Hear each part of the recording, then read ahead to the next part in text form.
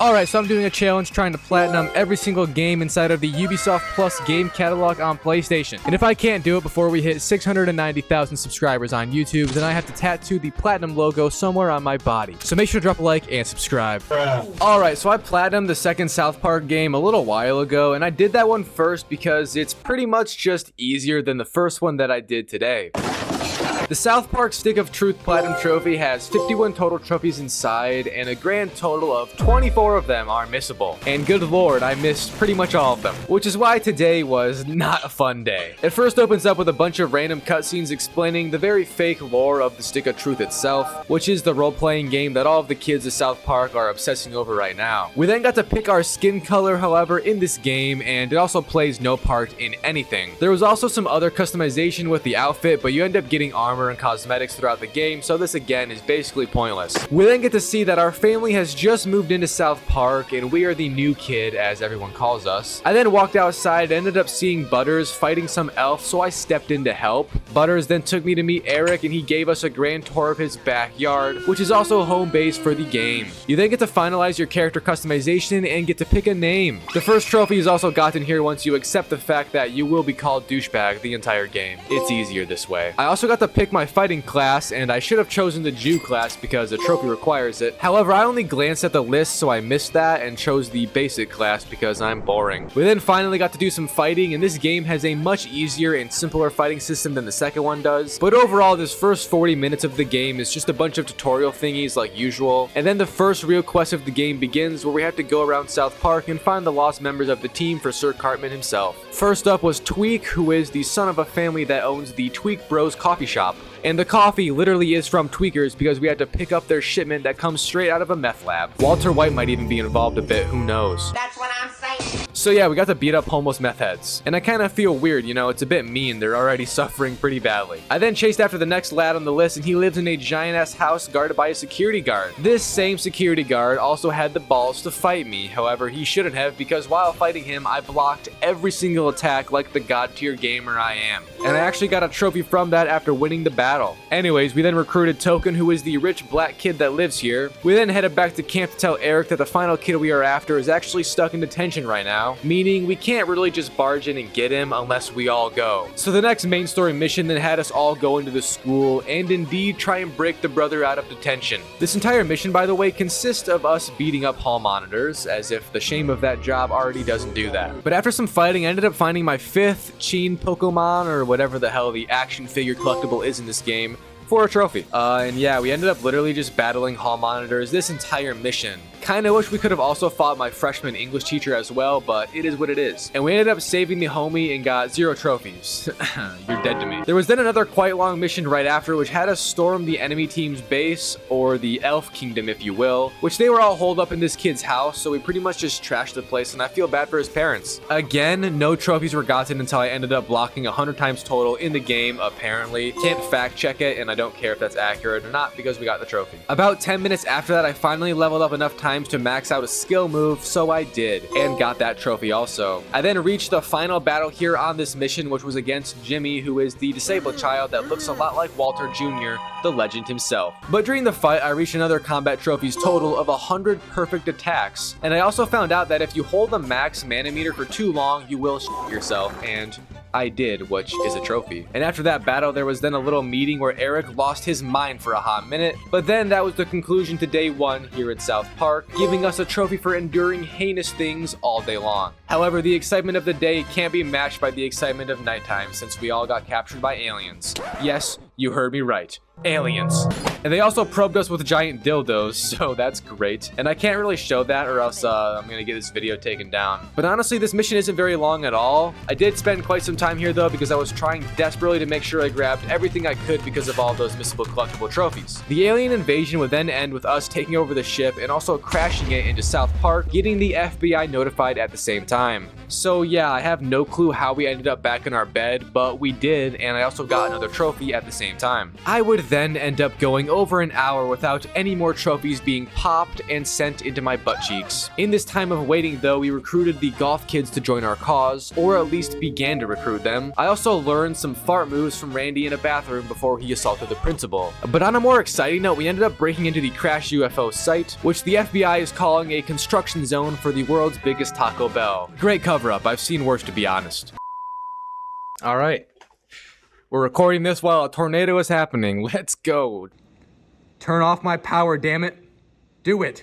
While here, we also saw that a Nazi zombie infection is leaking out of the UFO. You really can't make this up. I applaud you, writers. Well done, well done. Anyways, I finally recruited the goth kids after hours of trying to, and as my initiating mission, I had to smoke a cigarette and drink coffee at the same time. So I guess we are really trying to murder any taste buds we had left. But once I did, they joined up and I got a trophy from it. There was then another main story mission in the school, and we had to battle a bunch of gingers, but the Nazi kind. And this entire mission was also us just fighting the opposite team, being the elves in my case. You can choose to be on their side though also, which does change up what happens considerably. However, both outcomes end with a boss fight, whether it be against Kyle or Eric. I fought Kyle and the fight ended with us absolutely mashing the shit out of the X button. I swear to God, this is unreasonable how much you need to mash that damn button. I had to switch fingers. I had to. And that's saying something because I don't even do that for your mother. God bless her. But then the next trophy I got was again multiple hours later. I note this because the South Park game is not a long one and most trophies are not story at all, which is just sad. But again, during our time not having fun, I ended up becoming a gnome and also got to watch my parents procreate, and it was graphic. Even more graphic, however, was when the girls in the game strapped me down and forced me to become one of them. Sounds like the American education system nowadays, I can't lie. I also got to go to Unplanned Parenthood. You have a guess what goes on there. And I got to fight a Nazi zombie abortion baby thing.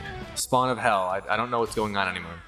Oh yeah, we also fought a pedophile, so it ended good. Eventually though, we would end up in Canada because we needed help from them since we are desperate. And during one of the fights here against wolves that are dire, I ended up getting a trophy called Avenger for defeating 3 enemies in a battle with my buddy completely knocked out, drooling on the floor. Oh, and yeah, we also fought the Bishop of Canada and took his nuts. That's not a joke. We took them. And he wasn't even Jewish. Anyways, before another story trophy, I got a trophy for collecting more of those figurine things, so that's cool. And the next mission was actually the last one in the game. South Park Stick of Truth has a very quick story to be honest, which will come in handy because soon you will see just how badly I messed up this trophy list. But basically the premise for this entire ending of the game was we ended up teaming up with the goths, girls, and even elves to go battle against the Nazi enemies. And basically just everyone evil that's left. At one point here I had to shrink down and go inside of a homosexual's butthole to disarm a nuke he shoved up there on accident, he said. But during that traumatizing experience, I found half of the costumes available in the game for a trophy. And once I got pooped back out, I ended up grabbing enough friends down there for a trophy from getting lots of friends because I'm definitely not deathly alone right now. And I can't really show much of the final battle here because the girl man was just on the screen completely in the nude and it was quite gross. But the final battle itself was also super annoying since you have to kill Princess Kenny over and over since he apparently wouldn't die.